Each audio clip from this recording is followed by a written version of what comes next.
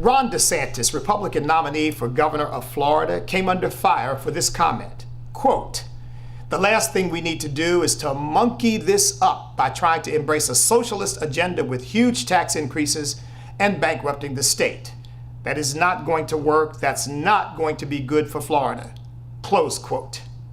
I'm Bishop E.W. Jackson, president of STAND, staying true to America's national destiny, and this is the truth in black and white. In any normal conversation, the monkey this up comment would have been understood at face value.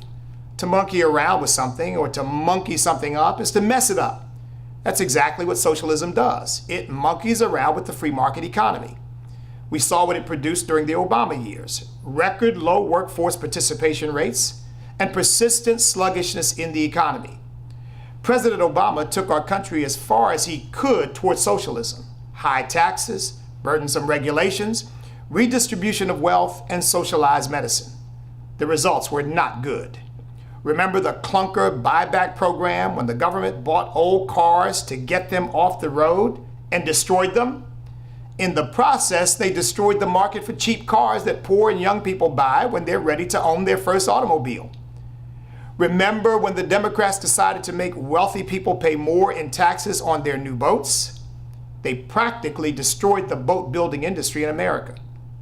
The people most hurt were middle-income boat builders who lost their jobs. The wealthy either decided not to build or had their boats built overseas, a minor inconvenience. There were no new tax revenues because the industry they were trying to tax had no profits to take taxes from. That's what happens when you monkey around with the free market economy. Unintended consequences. Unfortunately, since DeSantis is an American of European descent and his Democrat opponent Andrew Gillum is an American of African descent, what would normally be an innocent remark about free market economics versus socialism was instead condemned by the left and their media allies as a racial slur.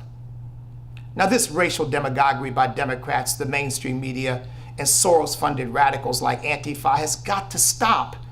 We cannot have a meaningful discussion about issues if any white person who disagrees with any black person is automatically deemed a racist. The left does not want to discuss the merits of their policies because they lose every time.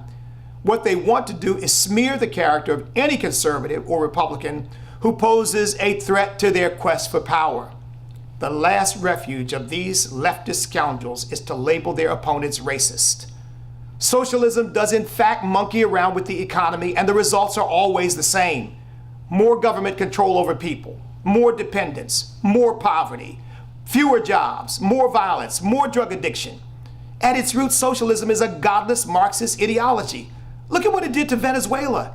Hugo Chavez fundamentally transformed a once thriving capitalist country into a socialist cauldron of starvation, violence, chaos, and murder in the streets.